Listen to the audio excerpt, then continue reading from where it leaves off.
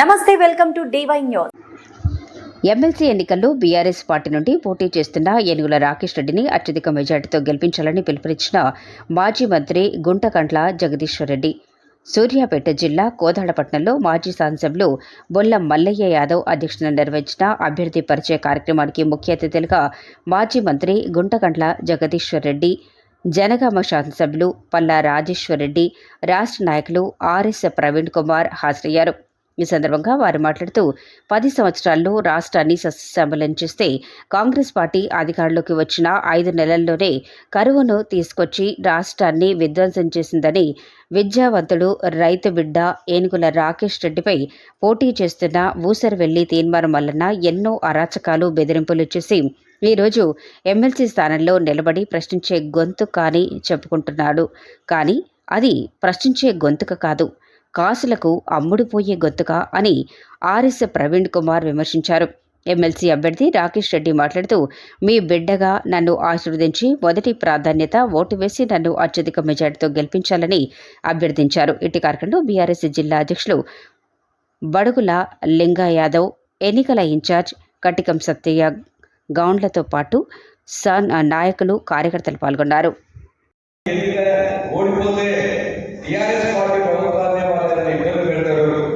ఒకవైపున హైదరాబాద్ బీజేపీ గెలుస్తుంది sitting seat, ఈ సీటు కూడా ఖచ్చితంగా ఓడిపోతుందని చెప్పేసి అన్నాడు. 71 మంది 472 మంది పోటీ చేశారు. కానీ ఆ ఎన్నికల్లో ప్రతి బీఆర్ఎస్ కార్యకర్త, ప్రతి మిత్రుడు కూడా అన్నాడు దాన్ని ఛాలెంజ్ గా తీసుకొని పనిచేశారు. అందుకే ఫస్ట్ ఓటింగ్లోనే ఒక 30,000 మెజార్టీ మనకు లీడింగ్ ఉన్నది. అదే నెల కంటిన్యూ అయ్యింది. 1,25,000 ఓట్లు మనకు వస్తే 95,000 ఓట్లు వాళ్ళకు మన మీద పోటీ చేసిన వాళ్ళకి వస్తే ఇక ఆ తర్వాత అందరి ప్రిఫరెన్షియల్ ఓట్లు కాబట్టి అవన్నీ వచ్చిన తర్వాత లాస్ట్కి ఆయన పట్టణ ఓట్లు కూడా నాకు దాదాపుగా 50% ఓట్లు సెకండ్ ఓటు వచ్చేసి. ఆర్ఎస్ ప్రవీణ్ కుమార్ గారు ఇంకొక 10 నిమిషాలు వస్తున్నారు. అదేవిధంగా జగదీశ్వరి గారు వస్తున్నారు. కాబట్టి వాళ్ళందరూ ఉంటే నాకు కూడా 10 నిమిషాలు వచ్చినప్పుడు చాలా మంది కూడా నువ్వు ఎమ్మెల్సీగా నువ్వు అన్ని పాత్రలు చేసినావు అని చెప్పేసి అడుగుతారు. నేను ఎమ్మెల్సీగా 9 సంవత్సరాలు ఉంటే 9 సంవత్సరాల్లో ఏ గ్రాడ్యుయేషన్లో, ఏ ఉద్యోగ సంఘాలలో, ఏ నిరుద్యోగ సంఘాలలో వాళ్ళందరి యొక్క సమస్యలు నా దగ్గరికి వస్తే రోజుకు 300-400 మంది వచ్చేవాళ్ళు.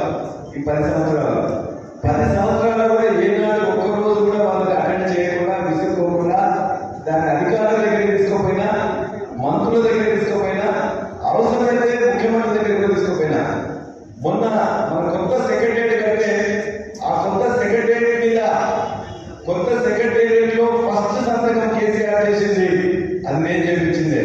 11,000 మంది కాంట్రాక్ట్ లెక్చరర్స్ ఉండే జూనియర్ కాలేజీలో, పాలిటెక్నిక్ లో, డిగ్రీ కాలేజీలో, సోషల్ వెల్ఫేర్ అండ్ వివిధ రెసిడెన్షియల్ కాలేజీలో ఉన్న 11,000 మందికి ఒక్కటే సంతకంతో అందరూ పర్మనెంట్ చేయించింది కూడా నేనే. చాలా మన అభ్యర్థిగా మాజీ ముఖ్యమంత్రి గారు ఒక మంచి వ్యక్తిత్వం కలిగినటువంటి, మంచి విద్యా బుద్ధులు కలిగినటువంటి వ్యక్తి, ముఖ్యంగా ఒక రైతు కుటుంబంలో జన్మించిన వ్యక్తి, వరంగల్ జిల్లాలో మార్పుల గ్రామంలో జన్మించిన వ్యక్తి, సొసైటీ మీద ఇతర దేశాలకు వెళ్ళి బిట్స్ పిల్లల్లో చదువుకొని ఉత్తమ అవార్డులు తీసుకున్నటువంటి నిజాయితీ కలిగినటువంటి వ్యక్తి మన అభ్యర్థి సందర్భంగా మీకు అనుభవిస్తున్నారు. విదేశాల్లో జాబ్ చేసే అవకాశాలు ఉన్నా, కోర్టు సంపాదించుకునే అవకాశాలు ఉన్నా, మరి జనభూమి యొక్క రుణం తీసుకోవాలని చెప్పి మరి మళ్ళా ఇక్కడికి వచ్చి ప్రజాసేవకు వచ్చినటువంటి వ్యక్తి మన అభ్యర్థిగా మీకు మనం చేస్తున్నాం. ఇక బీజేపీలో ఉన్న వ్యక్తి ప్రజాసేవలో పోటీ చేసాడు. ఆయన ఎవరో కూడా ఇప్పుడు తెలియదు. కానీ కాంగ్రెస్ పార్టీ నుంచి పోటీ చేస్తున్నటువంటి వ్యక్తి విద్యార్థులు ఇప్పుడు ప్రపంచంలో ఏం చేస్తున్నారు? ఒక 5 మంది గురించి మీకు చెప్పాలి. బిట్స్ కాలేజీలో చదివిన సమీర్ భాటియా మనకందరికీ ఈమెయిల్ అనే ఒక ప్రోడక్ట్, ఒక కమ్యూనికేషన్ డివైస్. ఈమెయిల్ అయితే మీ అందరికీ తెలుసు కదా. వాట్సాప్ లేనప్పుడు ఈమెయిల్, ఇప్పటికీ కూడా ఈమెయిల్ ఉంది. కానీ దేశానికి కాదు, ఈ ప్రపంచానికే ఈమెయిల్ గురించి తెలియనప్పుడు బిట్స్ కాలేజీలో చదువుతున్న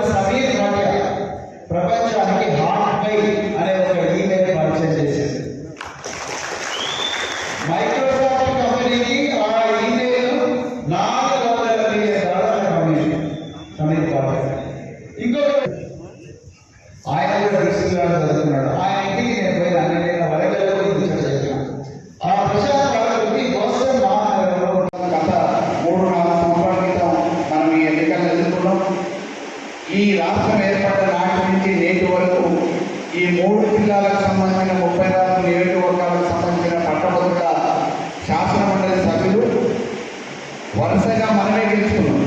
టీఆర్ఎస్ పార్టీ గెలుచుకున్నాం. ఇంతవరకు వేరే పార్టీ గెలిచిన దాఖలాలు కూడా లేవు. అదే తంతుని మళ్ళా కొనసాగిస్తూ, అదే ప్రక్రియను కొనసాగిస్తూ, అదే వారసత్వాన్ని కొనసాగిస్తూ ఈసారి కూడా మన ఖాతాలో వేసుకోవడానికి కార్యకర్తలు కూడా, నాయకులందరూ కూడా సమన్వయంగా పోరాటం చేసేనా శ్రమకూర్చి గెలిపించుకోవడానికి ఆంక్షలు పనిచేయాలని. ఎందుకంటే ఎన్నో రోజులు లేదు. ఇక 19వ తారీఖు అయిపోయింది, 27వ తారీఖు ఎన్నిక. అంటే ఇంకా 5-6 రోజులే మధ్యన మిగిలింది. ఈ 5-6 రోజులలో మన గ్రామాలలో ఉన్న యువకుల్ని గ్రామ పంచాయతీ ఎన్నికలలో ప్రతి ఓటుని వడపోసి ఏ రకంగానైతే వాళ్ళని తెప్పించుకొని ఓటేపించుకునే ప్రయత్నం చేస్తామో అదే రకంగా ఈ గ్రాడ్యుయేట్కి సంబంధించిన ఎన్నికలలో కూడా మన గ్రామాలలో పట్టభద్రులు వివిధ అంటే వ్యాపార పరంగానో లేకపోతే ఉద్యోగ పరంగానో ఇతరత్ర కారణాలతోనూ మన గ్రామంలోనే కాకుండా పట్టణాల్లో స్థిరపడేవాళ్ళు కానీ వేరే వ్యాపారాల కోసం కానీ బయటకు వెళ్ళేవాళ్ళు ఉంటారు. కాబట్టి వాళ్ళ వివరాలన్నింటినీ కూడా ఫోన్ నెంబర్లతో సహా దాదాపు మన గ్రామాల్లో తెలుస్తాయి. మన దగ్గర నుంచి కూడా మన ఆఫీస్ నుంచి కూడా వాళ్ళ ఫోన్ నెంబరు, వాళ్ళ పేరు వివరాలు కూడా మీకు అందజేస్తాం. దానికి అనుగుణంగా ఏ గ్రామానికి ఆ గ్రామం నాయకత్వం బాధ్యత తీసుకొని తప్పకుండా వాళ్ళని ఓటు వేసే విధంగా, ఓటు రప్పించే విధంగా శతవిధాల ప్రయత్నం చేసి 100% ఓటింగ్ అయ్యేటట్టు ప్రయత్నం చేయాలని.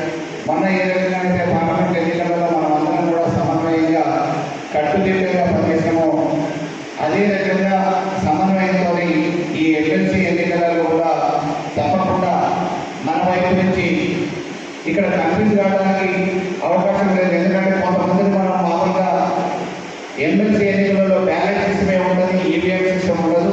మన అభ్యర్థికి సంబంధించి ఓటు మాత్రం మామూలుగా మన అభ్యర్థి ఎదురుగా పాకెట్లో 1వ నెంబర్ వేస్తే సరిపోతుంది. ఇంకా వేరే అంకెలు వేయాల్సిన అవసరం లేదు, వేరే టిక్కులు పెట్టాల్సిన అవసరం లేదు. ప్రాధాన్యత పరంగా వేయాల్సిన ఈ ఓటు 1, 2, 3 అభ్యర్థులకు ప్రాధాన్యత పరంగా వేయచ్చు. మన పార్టీకి సంబంధించినంత వరకు ప్రాధాన్యత అవసరం లేకుండా 1వ నెంబర్ మన రాకేష్ రెడ్డి గారి పేరు ఎదురుగా 1వ నెంబర్ పెట్టేస్తే సరిపోతుంది, నామం పెట్టినా సరిపోతుంది. కాబట్టి ఈ విషయంగా కొంతమంది మామూలుగా ఏ గ్రామానికి ఆ గ్రామం ఓటింగ్ ఓటానికైనా ముందు మన ఓటర్లను కూడా చైతన్యపరచడానికి ప్రయత్నం చేయాలని చెప్పి తెలియజేస్తూ మరి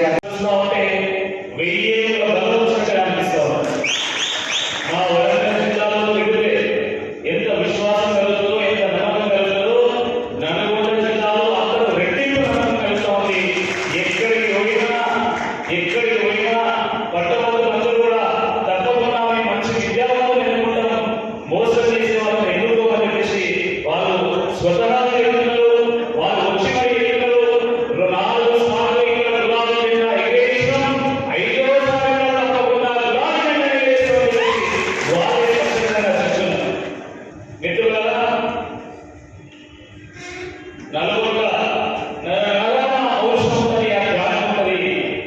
గోడకు వేలాడేసినటువంటి తుపాకీ ఎంత నిశ్శబ్దంగా ఉంటుందో అంతే నిశ్శబ్దంగా ఇక్కడ ఉన్నటువంటి కొలమసింహాల గుణంలో కూడా అంతే చాలా కష్టంగా కనబడతాం. పట్టభద్రుల నియోజకవర్గ ఎన్నిక సాధారణ ఎన్నికలతో పోలిస్తే చాలా భిన్నంగా ఉంటుంది. ఇది ఎంతో ప్రత్యేకమైనది, దీనికి ఎంతో ప్రాముఖ్యత, ఎంతో ప్రాధాన్యత ఉంటుంది. ఎందుకంటే ఈ ఎన్నికల్లో కేవలం విద్యార్థులు, కేవలం మేధావులు మాత్రమే ఎంతో విచక్షణతో, విద్యతో, వివేకంతో, ఎంతో ఆలోచించుకొని ఓటేస్తూ ఉంటారు. ముఖ్యమంత్రి గారు ఉన్న అటాచ్మెంట్తో ప్రతి సంఘం యొక్క మీటింగ్లో, అది ఉపాధ్యాయ సంఘాలైనా, లెక్చరర్ సంఘాలైనా, అంగన్వాడీ అయినా, ఆశా అయినా, అవుట్ సోర్సింగ్ అయినా, టెంపరీ ఉద్యోగాలైనా, ఏజెంట్లైనా, బీఆర్ఎల్ అయినా అన్ని సంఘాలని ముఖ్యమంత్రి గారి దగ్గరికి వాళ్ళ సమస్యలు తీసుకుపోయి ముఖ్యమంత్రి గారు కోపగించుకున్నా అది సాధ్యం కాదన్నా సాధ్యం చేసి బీఆర్ఎల్ చాలా వరకు చేసి రికగ్నైజ్ చేసిన దాంట్లో కమిటీ మెంబర్గా కూడా చేయించిన వాళ్ళు కూడా ఉన్నా. దురదృష్టవశాత్తు వాళ్ళకి ఆలోచన కాలేదు.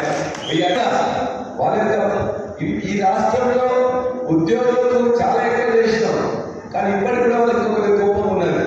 ఎందుకంటే వాళ్ళకు నెలవారీ జీతాలు వేయడంలో కొద్దిగా లేట్ అయిందని తప్ప ఇవాళ గవర్నమెంట్ టీచర్లు కానీ, గవర్నమెంట్ ఎంప్లాయీస్ కానీ మొత్తం అందరికీ కూడా అత్యధిక ఎక్కువ జీతాలు ఎక్కడ అంటే తెలంగాణ రాష్ట్రంలో 29 రాష్ట్రాల్లో 43% ఫస్ట్ ఫిట్మెంట్ ఇచ్చినాం, 30% సెకండ్ ఫిట్మెంట్ ఇచ్చినాం, అదేవిధంగా 55 సంవత్సరాలు 61 సంవత్సరాలు చేసినాం.